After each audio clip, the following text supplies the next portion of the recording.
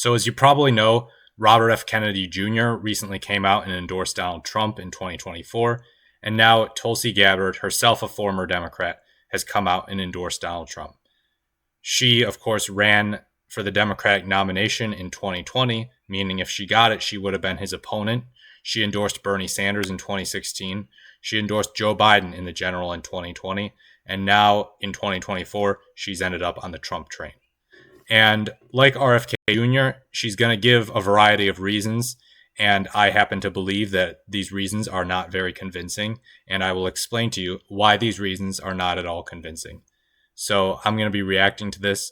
Let's check it out. This is on 1.25 times speed. Here we go.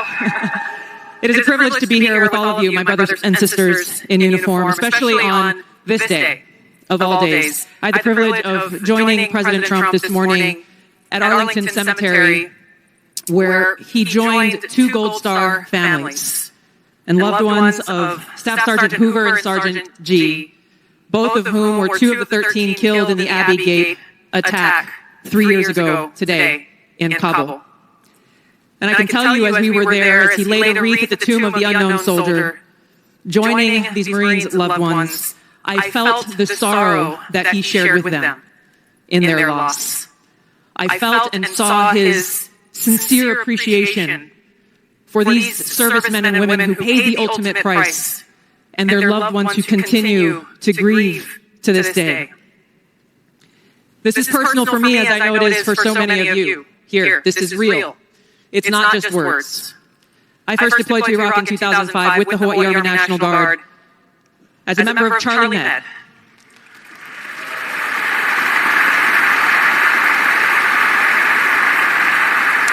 As those of you who were deployed during that time know, it was the height of the war, and sadly we took many casualties.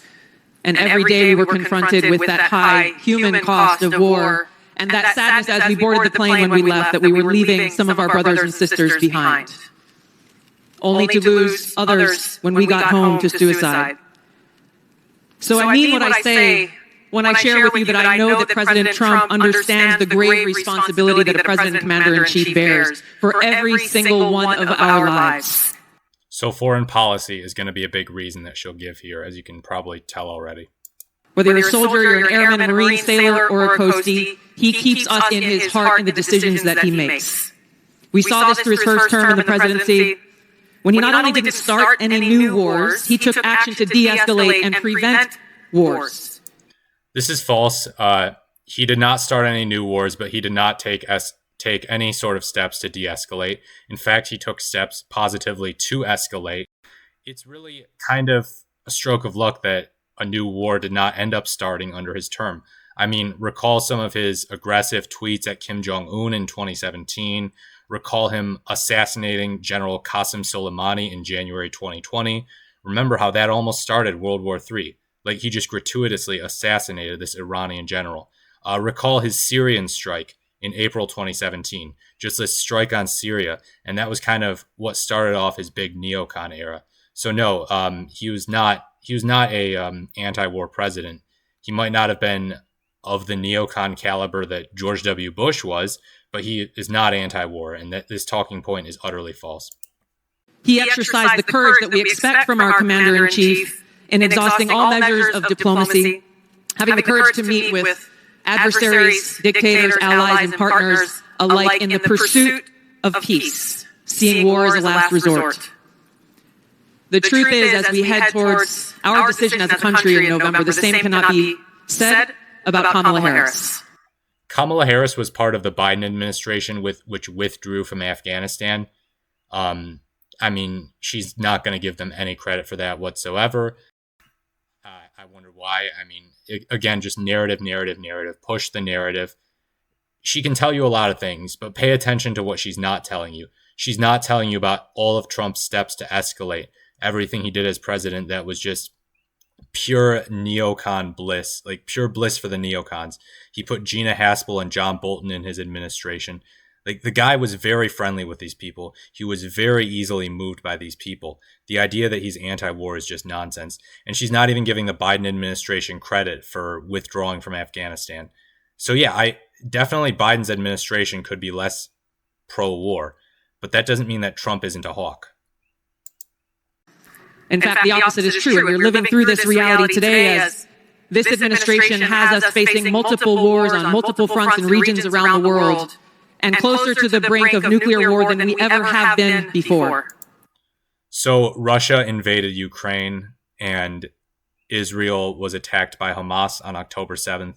Neither of those are the current administration's fault. Obviously, they could well have happened under Trump.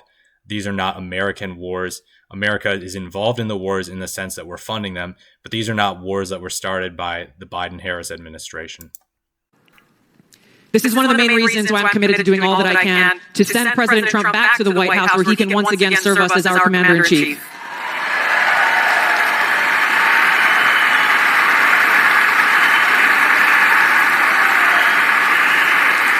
Because I am confident that his first task will be to do the work to walk us back from the brink of war. How? How? Is she going to explain? We cannot be prosperous unless we are at peace.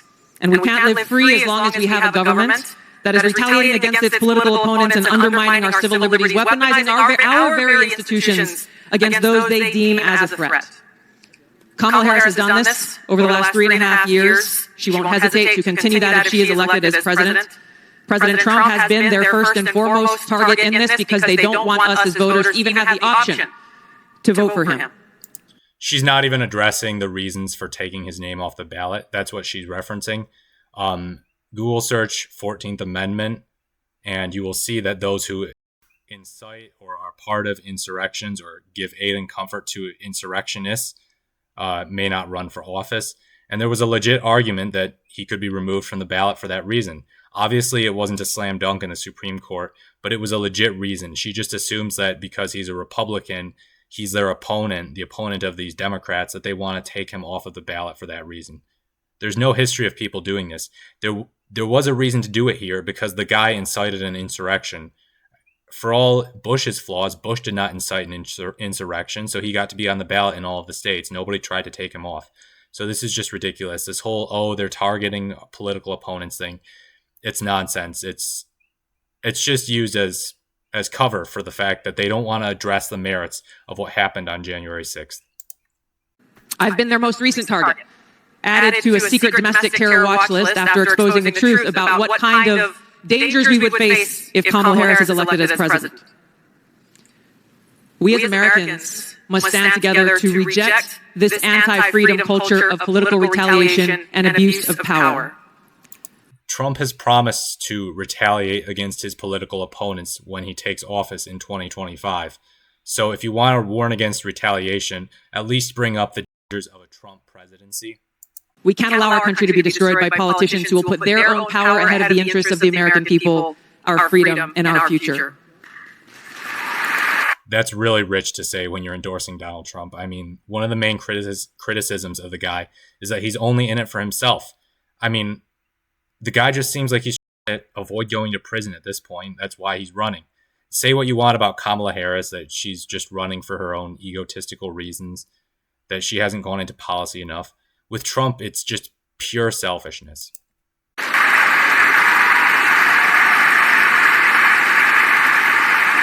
I am proud to stand here before you today, whether you're a Democrat, a Republican, or an independent, if you love our country, as I do, if you cherish peace and freedom as we do.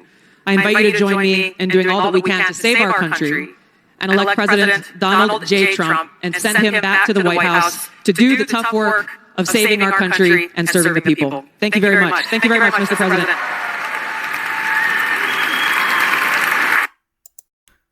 First, before we go to Tulsi. So yeah, that was it. Yeah, she didn't even address the fact that he wanted to start war with Mexico. No mention of that. No mention of any of the other problematic issues related to the peaceful transition of power. I mean, there's just a whole host of problems with that speech. It's a lot like RFK's, except I think her reasons were even worse. And yeah, I mean, at the end of the day, I think it comes down to wanting to spite the Democratic Party because people like Kamala Harris were pretty antagonistic toward her in 2020 when she ran. So yeah, it's basically just hurt feelings. Like, oh, you hurt my feelings, so I'm going to run for Trump. You don't like Trump. I don't like you. The enemy of my enemy is my friend. Pretty embarrassing stuff. And yeah, if you found this video interesting or helpful, please leave a like, comment, and subscribe. I look forward to putting more videos out where I can get the truth out about politics, about the law, about philosophy, so that this election you can enter with a clear mind. And yeah, I will speak to you in the next video. Thank you very much.